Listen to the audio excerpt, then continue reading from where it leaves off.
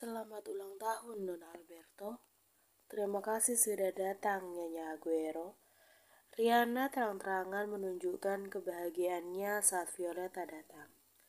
Akulah yang seharusnya berterima kasih, karena kau sudah mengundangku, ujar Violeta dengan senyuman sosialnya. Violeta melirik Marcelo yang tengah bicara dengan kepala keluarga Alberto. Marcelo bilang kepadanya kemungkinan besar Alberto akan bekerja sama dengan Aguero karena Rihanna. Selamat ulang tahun, Nona Rihanna Alberto. Dominic yang baru datang langsung menemui Rihanna. Terima kasih, Tuan Toretto. Rihanna melirik Cecilia yang diajak Dominic. Terima kasih Anda sudah datang, Nona Freya, ujar Rihanna. Tapi di sisi lain, dia merasa gugup. Karena ada sebuah rumor yang menyebar tentang hubungan Violeta dan Cecilia yang tidak baik. Ayahku tidak bisa datang karena sibuk. Dia menitipkan salam kepadaku, ujar Dominic. Tidak masalah, saya mengerti bagaimana sibuknya seorang kepala keluarga, balas Rihanna. Oh, saya tidak menyadari keberadaan Anda. Lama tidak bertemu, Nyonya Aguero. Anda semakin cantik saja. Dominic tersenyum. Kau juga semakin pandai bicara, Tuan Toretto, balas Violeta. Terima kasih pujiannya. Dominic menatap Cecilia. Sayang, aku akan pergi menemui kepala keluarga Alberto. Apa kau mau ikut? Aku di sini saja. Cecilia memberikan tatapan tajam kepada Violeta. Baiklah, aku pergi sekarang. Dominic pun pergi. Suasana di sekitar Cecilia dan Violeta langsung jadi canggung. Apalagi saat mereka sama-sama melemparkan tatapan tajam. Dua orang yang memiliki julukan mawar berada dalam satu tempat. Apalagi rumor mengatakan bahwa hubungan mereka sangat tidak baik. Sudah lama ya, Nyonya Aguero? Cecilia memulai pembicaraan. Aku tidak pernah bisa mengerti pemikiran Tuan Dominic Toretto. Bagaimana bisa dia membawa kotoran masuk ke dalam pesta, ujar Violeta. Saya juga tidak bisa mengerti pemikiran Tuan Marcelo Aguero. Beliau terlalu lemah lembut sampai mengikuti perintah kakeknya untuk membawa darah rendahan menjadi bagian dari Aguero. Oh ya, saya hampir lupa. Bukankah ibu Tuan Aguero juga seorang rendahan? Cecilia tersenyum. Tidak peduli dari mana kau lahir, yang terpenting adalah sikapmu terhadap dunia ini. Tentu saja, suamiku bukan lintah yang akan menempel ke sana kemari. Violeta mengambil 2 gelas minuman dari seorang pelayan. Dia memberikan salah satunya kepada Cecilia. Nyonya Aguero, apa Anda tahu kalau Anda sangat cocok dengan warna merah? Bahkan gaun Anda berwarna merah sekarang. Cecilia mengangkat gelas berisi minuman berwarna merah yang barusan diberikan Violeta. Saya sedikit penasaran apakah Aguero kekurangan dana hingga tidak bisa membeli warna lain, tanya Cecilia. Sayang sekali karena hanya ini kain yang bisa dibeli Aguero.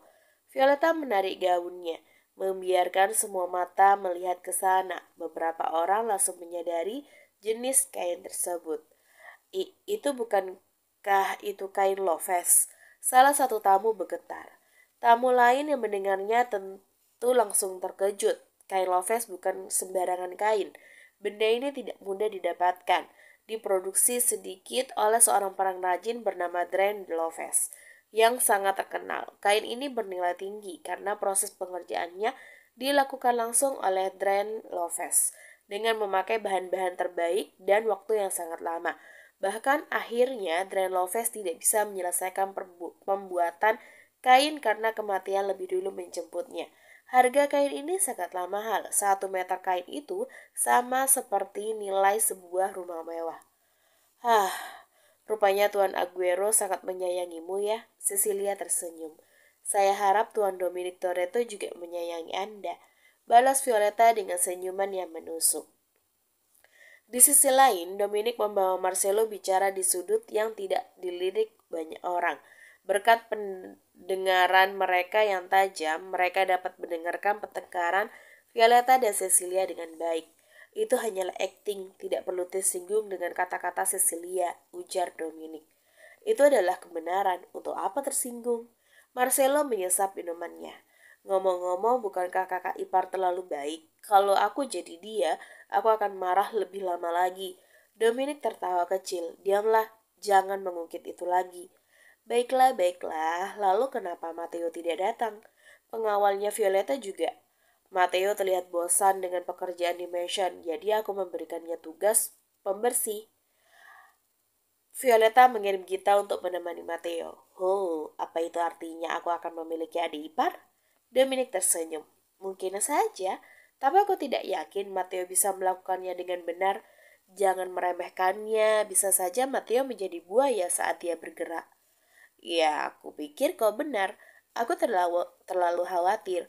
Marcelo melirik ke arah seseorang yang dari tadi memperhatikan mereka dengan lekat. Melihat tatapan Marcelo, orang itu langsung mengalihkan pandangannya dan pergi. Felix mengirim orang yang payah, ujar Marcelo. Jangan begitu, aku akan bersenang-senang dengannya. Dominic menepuk bahu Marcelo lalu pergi untuk bersenang-senang dengan mata-mata kiriman Felix. Tolong ampuni aku. Pria yang diikat kuat dengan kondisi tubuh babak belur terus memohon. Beri aku alasan kenapa aku harus mengampunimu. Matteo bersikap tenang, membuat udara di sekitar terasa dingin. Aku akan berguna untuk Aguero. Aku akan mengabdi dan menyerahkan kehidupanku untuk melindungi Aguero. Aku berjanji tidak akan berkhianat, ujarnya. Bukannya sekarang kau sudah berkhianat? Matteo memberikan tatapan tajam. Oh, tidak. Pria itu panik saat dua orang mulai mendekat sambil menyeret sebuah tongkat dengan puluhan paku di ujungnya. Matteo berdiri, keluar dari bangunan membiarkan orang-orang di sana menyelesaikan sisanya. Matteo berdiri di luar, merasakan udara dingin mulai menyapa kulitnya. Seharusnya dia mendengarkan saran Susan untuk memakai pakaian yang lebih tebal. Ini bahkan bukan musim dingin. Gumam Matteo sesaat kemudian Matteo menangkap sesuatu yang dilempar ke arahnya. Itu adalah sebuah jas panjang dan tebal. Bukankah ini terlalu dingin? Gita baru datang setelah melakukan pembersihan kecil. Dari mana kau dapatkan ini? Tanya Matteo. Salah satu orang yang kubereskan menggunakannya. Kau memberikanku pakaian milik orang mati. Enggak mau? Ya sudah, jangan dipakai. Aku tidak memaksamu. Matteo tetap memakainya, membuat Gita tertawa kecil. Jadi, bagaimana rasanya pembersihan pertamamu, Tuan Muda? Tanya Gita. Terasa aneh. Matteo tidak terbiasa duduk di kursi dan dikelilingi. Ia biasa berdiri di belakang, memasang instingnya agar tidak terjadi apa-apa. Kau akan terbiasa nanti. Oh, aku hampir lupa. Soal pembicaraan kita mengenai keluar dari mansion, apa kau akan melakukannya? Tanya Gita. Iya. Meski tidak terlihat, Matteo merasa sangat lelah. Ia ingin pergi menjauh, menjalani kehidupan normal. Walaupun masih menyandang nama Aguero, dia tidak keberatan. Jika nanti Marcelo memanggilnya untuk beberapa urusan yang ia inginkan, hanya hidup tenang dalam waktu yang lama, tanpa mencium aroma darah setiap hari. Apa kau sudah menemukan calon istrimu? Gita jadi gugup. Melihatnya begitu, Matteo menghela nafas dan tersenyum. Kenapa kau malah senyum-senyum? Kita kesal. Memangnya kenapa kalau aku sudah menemukannya? Tanya Matteo. Kau sudah menemukannya? Iya. Seperti apa? Gita memalingkan wajahnya. Agak pendek, banyak bicara, banyak gerak, suka hal seru dan sedikit imut. Ujar Matteo. Cih, wanita macam apa itu? Kau punya selera yang buruk. Gita cemberut, entah kenapa dia merasa sangat kesal. Iya, seleraku buruk. Matteo menatap Gita dengan lekat tanpa menghapus senyumannya. Ada beberapa kerusakan pada angkutan. Dilihat dari sisi ini, seseorang dengan sengaja merusaknya. Kau bisa mencari pelakunya kan? Tanya Charlene. Saya akan membawanya ke hadapan Anda sebelum fajar. Bawahan Charlene mulai bergerak mencari orang yang merusak angkutan mereka. Tuan Handoko, Tuan Aguero ada di sini, ujar pengawal. Charlene menatap Marcelo yang masuk ke dalam ruangan. Pria itu masih menggunakan pakaian yang sama dengan yang ia pakai ke pesta Riana Alberto. Ia memang mampir kemari sebelum pulang, tentu saja setelah memastikan Violetta tiba di mansion dengan baik. Bagaimana dengan pesta para tikus? Marcelo duduk di hadapan Charlene. Aku sudah mengurusnya dengan baik, tapi sekarang muncul tikus lain. Bawahanku sedang memburunya. Charlene hendak menuangkan minuman ke dalam gelas. Tidak perlu, aku tidak akan lama-lama, ujar Marcelo. Bukannya kau punya terlalu banyak waktu luang? Tanya Charlene. Tidak juga, aku hanya melakukan pekerjaan utamaku. Menemani istrimu tidur? Iya, dia akan kedinginan kalau aku tidak memeluknya di malam hari. Istrimu tinggal bertahun-tahun di jalanan, kedinginan bukan kematian untuknya. Seorang pria yang tidak menikah tidak akan mengerti. Kau memberiku pukulan yang kuat. Sama-sama, Marcelo berdiri. Kau benar-benar akan pulang sekarang? Tanya Charlene. Iya. Nampaknya hanya kau pemimpin yang bisa meluangkan waktu untuk istrinya. Charlene tersenyum. Itu karena aku satu-satunya orang yang bisa mengerjakan pekerjaan dengan cepat. Sampai jumpa. Marcelo kembali ke mobil. Dia memberikan isyarat kepada pengawal untuk melaju dengan kecepatan tinggi. Kurang dari 20 menit, mereka tiba di Mansion Aguero. Kau berbakat mengemudi. Marcelo keluar dari mobil. Itu bukan apa-apa, Tuan Aguero. Pengawal yang membuka pintu mengangguk. Marcelo kembali ke kamarnya. Saat ia masuk, lampu kamar tidak dinyalakan. Namun, ia bisa melihat siluet seseorang yang sedang berdiri di depan cermin. Marcelo menyalakan lampu, membuat Violeta langsung terkejut. Hei, jangan nyalakan lampunya tiba-tiba. Aku kaget tahu. Violeta menggerutu. Marcelo terdiam saat melihat penampilan Violeta. Istrinya menggunakan sebuah ligeri merah yang terlihat begitu seksi dan terbuka. Pakaian itu menunjukkan lekuk tubuh Violeta dengan jelas, membuat bagian bawah Marcelo jadi sesak seketika. Marcelo tidak bisa melakukan apa-apa sekarang karena Violeta masih menahan jatahnya. Sekarang kau matikan lampu. Marcelo mencoba tidak menanyakan soal pakaian Violeta. Oh, itu karena aku mencoba melihat penampilanku di dalam kegelapan. Rupanya itu buruk. Violeta menggaruk lehernya yang tidak gatal. Oh, baiklah. Marcelo merasa canggung. Wajah Violeta menjadi datar. Apa? Aku melakukan kesalahan lagi? Tanya Marcelo. Cih, dasar laki-laki tidak peka.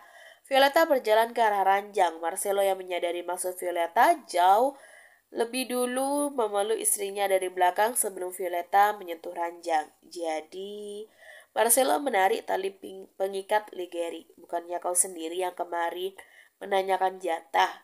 Bisik Violeta sedikit kesal. Kau belum berubah pikiran kan? Marcelo mengecup leher Violeta. Violeta membalikkan badannya, menggalungkan kedua tangannya di leher Marcelo. Ia berjinjit, kemudian mengecup bibir Marcelo cukup lama. Sebelum aku berubah pikiran, ujar Violeta. Aku tidak akan membiarkan itu. Marcelo mendorong Violeta dengan pelan ke atas ranjang. Wah, kau jadi agresif nih. Violeta tersenyum miring menatap Marcelo yang tengah melepaskan jasnya.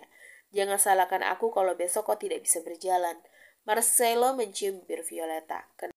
Kapan kau akan membawa Cecilia kemari? Tanya Felix. Apa ayah tidak masalah? Dominic berhenti mengunyah makanannya. Aku harus cepat akrab dengannya. Felix memotong daging.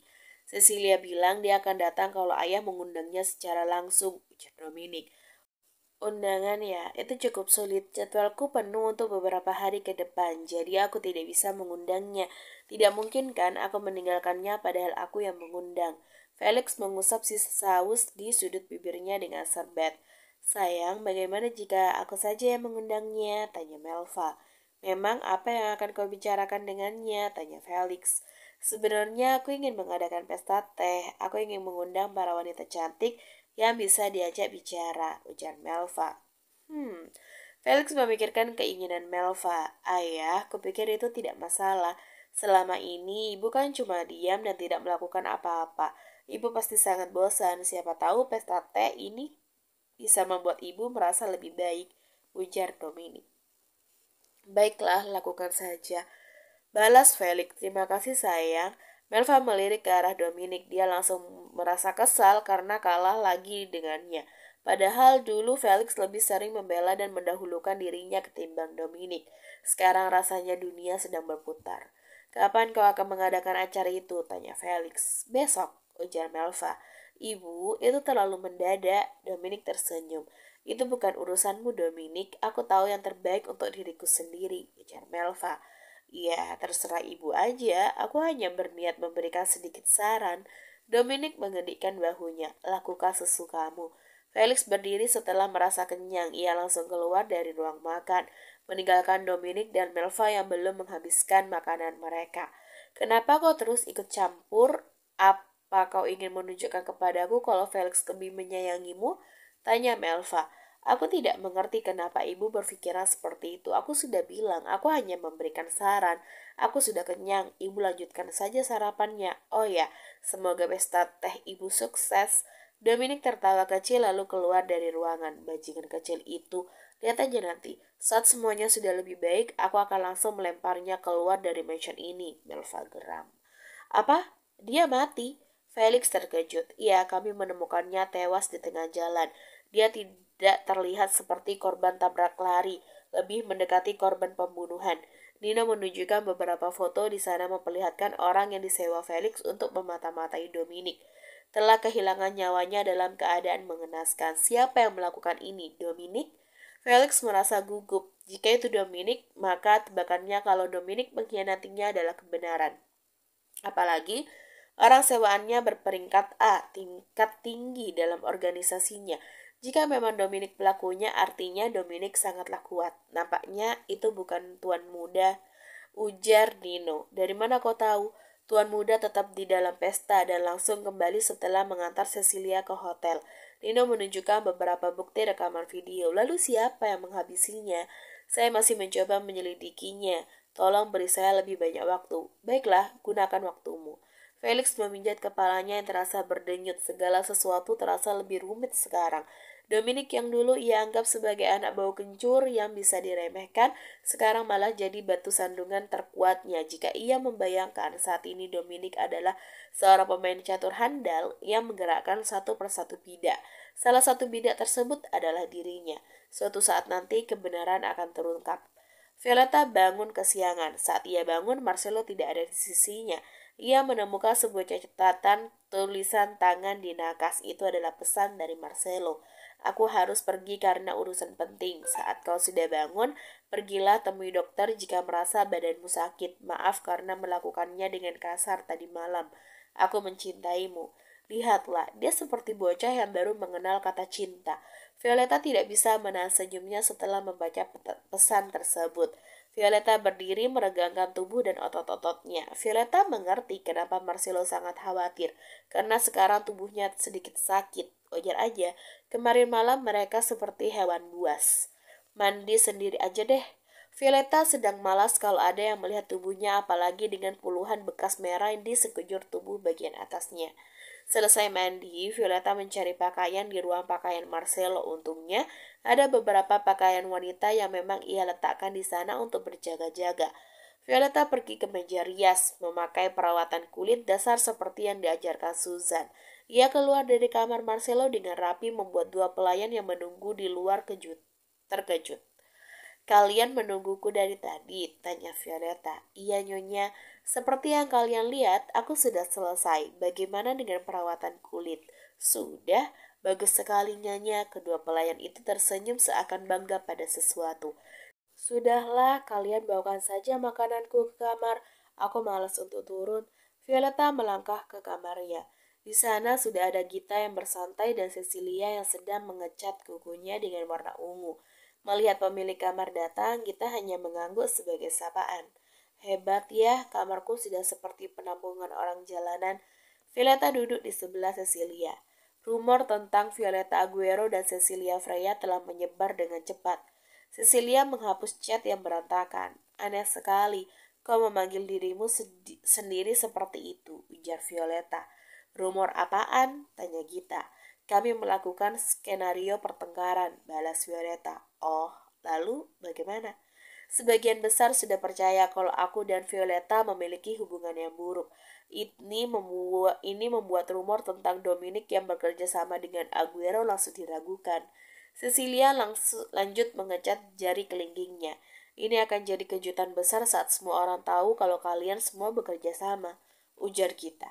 Aku sangat menantikan hari itu tiba. Aku penasaran dengan reaksi semua orang, ujar Cecilia. Oh iya, apa kau tahu kemana Marcelo pergi? Tanya Violeta. Dia pergi menemui Vegas Verdon, jawab Cecilia. Hah? Untuk apa dia menemuinya lagi? Gita mengerutkan dahi. Entahlah, aku tidak terlalu begitu tertarik kecuali jika dia membuat masalah baru. Cecilia menarik tangan Violeta, ia mengecat kuku Violeta dengan warna merah. Permisi Nyonya, seorang pelayan mengetuk. Masuk, ujar Violeta. Pelayan masuk ke dalam membawa 2 buah amplop di tangannya.